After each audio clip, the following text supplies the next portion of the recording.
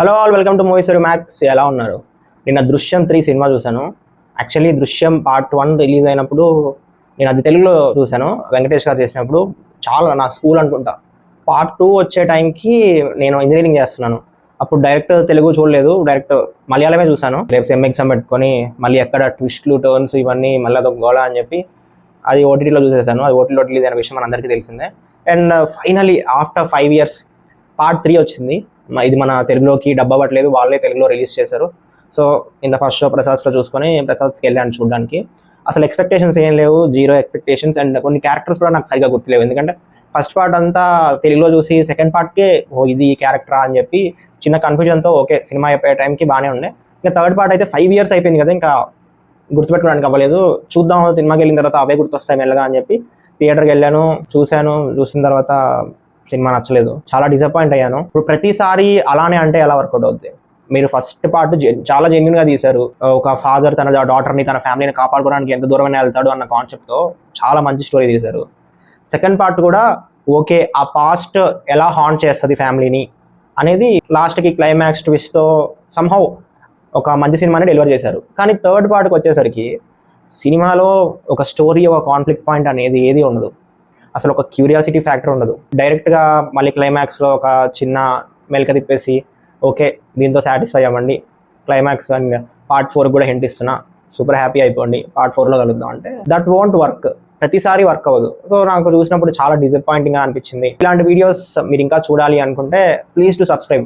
మీరు వీడియోస్ చూస్తున్నారు, బాగానే పుష్ అవుతున్నాయి, అంటే మనకున్న సబ్స్క్రైబర్స్కి వచ్చే వ్యూస్కి okay I'm super happy. But చాలా మంది సబ్స్క్రైబ్ చేసుకోవట్లేదు. సబ్స్క్రైబ్ చేసుకుంటే ఇలాంటి వీడియోస్ మీరు ఫస్ట్ చూడొచ్చు అండ్ ఇంకొంచెం బెటర్ డిస్కషన్స్ పెట్టడానికి పాసిబిలిటీ ఉంటుంది. సో సబ్స్క్రైబ్ చేసుకోండి ఖచ్చితంగా. ఫస్ట్ మనం స్టోరీ విషయానికి వస్తే, మనకి ఫస్ట్ పార్ట్ స్టోరీ ఏంటి? ఒక ఫాదర్ వాళ్ళ డాటర్ క్రైమ్ చేస్తుంది, ఎలా కాపాడాడు అనేది స్టోరీ. సెకండ్ పార్ట్ ఏంటికి? ఆ చేసిన క్రైమ్ వీళ్ళని ఎలా హార్న్ చేసింది, ఆ స్కెలిటన్ ఎలా బయట పెట్టారు, లాస్ట్కి ఇచ్చిన ట్విస్ట్ మనకి తెలిసిందే. థర్డ్ పార్ట్లో ఏమైపోయిందంటే, ఇప్పుడు వాళ్ళ డాటర్ పెళ్లి చేయాలి, వాళ్ళ ట్రామా నుంచి బయటకు వస్తారు. మోహన్ లాల్ గారు సినిమా తీస్తారు, అంటే దృశ్యం అంటే తన స్టోరీనే కొన్ని చేంజెస్ చేసి వాళ్ళ సైడ్ మిస్టేక్ ఏం లేదు, పోలీస్ వాళ్ళే ఇలా ఇదంతా చేశారు అని చెప్పి సినిమా తీస్తారు. అది చాలా పెద్ద హిట్ అవుద్ది, వాళ్ళు మంచిగా డబ్బులు సంపాదిస్తారు. కాకపోతే అదే ఇంట్లో ఉంటారు, బట్ బెటర్ లైఫ్ స్టైల్తో ఉంటారు. అదంతా ఓకే, వాళ్ళ అమ్మాయి కూడా క్యూర్ అవుద్ది అండ్ ఆ చిన్న పాప కూడా ఓకే, ఆ ట్రామా ప్యానిక్ లాంటివి ఏం లేకుండా అంతా నార్మల్గా ఉంటుంది. ఓకే, వాళ్ళ లైఫ్ స్టైల్ చూపిస్తారు. దాని తర్వాత వీళ్ళ అమ్మాయికి పెళ్లి చేయాలి కాబట్టి ఈ పెళ్లి చేయాల్సిన ప్రాసెస్లో వీళ్ళని మళ్ళీ ఆ పాస్ట్ ఎలా హాంట్ చేసింది, ఎవరు ఉన్నారు దాని వెనకాల, మళ్ళీ ఈ కేసు బయటికి ఎలా వచ్చింది అనేది remaining part of the film. నేను ఇప్పుడు చెప్పింది మీరు అంతా ఏంటి స్టోరీ చెప్పేసాం అనుకోవచ్చు, బట్ నేను ఏం చెప్పలేదు. ఫస్ట్ 5 to 10 minutesలో సినిమా మనకి మేజర్ ప్లాట్లోకి ఇలా తీసుకెళ్తా, ఇది కదా స్టోరీ మీకు ఇది అని చెప్పబోతారు. ఆబ్వియస్లీ నేను అదే మాట్లాడాను. లాస్ట్ 30 to 45 minutes ఓవరాల్గా సినిమాతో పోలిస్తే చాలా బెటర్గా ఉండింది. అంటే ఓవరాల్గా సినిమా, మలయాళం సినిమాలు స్లోగా ఉంటాయి ఇవన్నీ తెలుసు, కానీ బట్ ఇది చాలా స్లో. మనకి ఒక క్యూరియాసిటీ ఫ్యాక్టర్, కాన్ఫ్లిక్ట్ లేకపోవడం వల్ల ఏమనిపించదు. బట్ ఈ లాస్ట్ 30 to 45 minutes ఏమైందంటే ఒక కాన్ఫ్లిక్ట్ పాయింట్ ఎరేజ్ అయ్యింది. ఓకే ఇలా చేశారా అనేది ఒక చిన్న ఇది వస్తుంది. అండ్ ఆ క్లైమాక్స్ యాజ్ యూజువల్ పార్ట్ 2 లెవెల్లో కాకపోయినా ఓకే, ఒక డీసెంట్ ఓకే పర్లేదు అనే క్లైమాక్స్ ఒక చిన్న ఇదితోనే బయటకు వస్తాం. సో ఆ 30 to 45 minutes ఓవరాల్ సినిమాతో పోలిస్తే it's okay, nice. And second thing is ఈ టోన్ ఆఫ్ ద ఫిలింని క్యారీ చేయడం. అంటే క్యారెక్టర్స్ మనకి ఎక్కువ లేట్ చేసే కొద్దీ రిలేట్ అవ్వం. కానీ ఇక్కడ ఏమైపోయిందంటే ఫస్ట్ పార్ట్ చూసినప్పటికీ, సెకండ్ పార్ట్ చూసినప్పటికీ, థర్డ్ పార్ట్ చూసినప్పటికీ ఆ ఇయర్స్ అనేది చాలా గ్యాప్ ఉన్నా కూడా మనం ఆ క్యారెక్టర్స్ చూడగానే ఓకే వీళ్ళు మన ఇంటి పక్కన ఉండేవాళ్ళు అన్నట్టు ఫీల్ అవుతాం. ఆ టోన్ కానీ అదంతా, ఆ క్యారెక్టర్స్ బిహేవియర్ కానీ ఇదంతా మనకి ఓకే మనం నిన్ననే సినిమా చూసామా, 2 days బ్యాకే సినిమా చూసామా, ఇలానే అనిపిస్తుంది. ఆ టోన్ని క్యారీ చేయడంలో ఆ initial starting 10 to 15 minutes portions okay బాగుండింది. ఈ సినిమాలో నాకు బాగా నచ్చిన విషయం మోహన్ లాల్ గారి యాక్టింగ్. సీరియస్లీ ఆయన ప్యాకెట్ ఆడేశాడు యాక్టింగ్ తోటి. అంటే ఒక ఫైన్ వైన్, ఒక ఏజింగ్ లైక్ ఏ ఫైన్ వైన్ అంటారు కదా, అలానే సీరియస్లీ ఆయన అలా చూస్తుంటే స్క్రీన్ మీద ఆయన ఎక్స్ప్రెషన్స్ కానివ్వండి, ఆయన ఆ క్యారెక్టర్ని ఓన్ చేసుకున్న విధానం కానివ్వండి. అండ్ పార్ట్ 1లో అందరికీ ఇంపార్టెన్స్ ఉంటుంది, పార్ట్ 2లో అందరికీ ఇంపార్టెన్స్ ఉంటుంది, బట్ పార్ట్ 3లో ఒక స్టోరీ, ఒక ప్రాపర్ కాన్ఫ్లిక్ట్ అనేది లేకపోవడం వల్ల most of the screen time Mohan Lal గారే ఉంటారు. అండ్ ఆయన పర్ఫామ్ చేస్తూనే ఉంటారు from first frame to last frame. He will be performing, అంతే, ఇంకా నన్ను మించిన యాక్టర్ లేడు అన్నట్టు పర్ఫామ్ చేస్తాడు. Too good. ఆయనకి యాక్టింగ్ విషయంలో, ఆయన క్యారెక్టర్ విషయంలో అంతా మెచ్చుకోవచ్చు. ఇప్పుడు ప్రాబ్లం ఎక్కడ వచ్చింది? ఫస్ట్ థింగ్ ఈస్ ఈ సినిమాలో ఒక క్యూరియాసిటీ ఫ్యాక్టర్ అనేది ఉండదు. ఫస్ట్ పార్ట్లో వాళ్ళు ఒక క్రైమ్ చేస్తారు, ఆ క్రైమ్ని కప్పిపుచ్చడానికి పోలీసులకి దొరుకుతామనే భయం. 24/7 ఉంటుంది వాళ్ళకి. వాళ్ళ మొహంలో బాధ, ఆ ఎక్స్ప్రెషన్స్ కానివ్వండి, ఆ చుట్టూ ఉండే జనాలు, ఎన్విరాన్మెంట్, ఇదంతా మనకి ఒక క్యూరియాసిటీ ఫ్యాక్టర్ రేజ్ చేస్తుంది. అరే పాపం ఇప్పుడు ఏమైపోయిద్దో, ఏం చేస్తారో నెక్స్ట్ అనేది ఉంటుంది. Second part starting 30 to 45 minutes వాళ్ళ లైఫ్ స్టైల్ ఏంటి, ఎలా బతుకుతున్నారు అనేది అదంతా నార్మల్గానే ఉంటుంది. దాని తర్వాత ఆ క్యూరియాసిటీ ఫ్యాక్టర్ అనేది రైజ్ అవుద్ది. ఎప్పుడు కేసు రీఓపెన్ అయిపోయి ఆ స్కెలిటన్ అది ఇది ఆ కేసు ఇన్వెస్టిగేషన్ జరిగేటప్పుడు అదంతా అలా రైజ్ అవుతూ ఉంటుంది అండ్ క్లైమాక్స్కి ఇలా బ్లాస్ట్ అవుతుంది. బట్ థర్డ్ పార్ట్కి వచ్చేసరికి ఏమైందంటే నో క్యూరియాసిటీ ఫ్యాక్టర్. అంటే ఒక ప్రాపర్ కాన్ఫ్లిక్ట్ కానీ ఒక ప్రాపర్ స్టోరీ కానీ లేదు.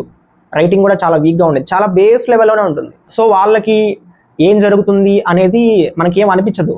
ఏముందిలే దాటేస్తాడు, లూప్ హోల్స్ వెతుక్కుంటాడు అన్నట్టే చూపిస్తారు. వాళ్ళకు ఒక్కరికి కూడా భయం ఉండదు. ఆ క్యూరియాసిటీ ఫ్యాక్టర్ అయితే రేస్ చేయలేకపోయారు.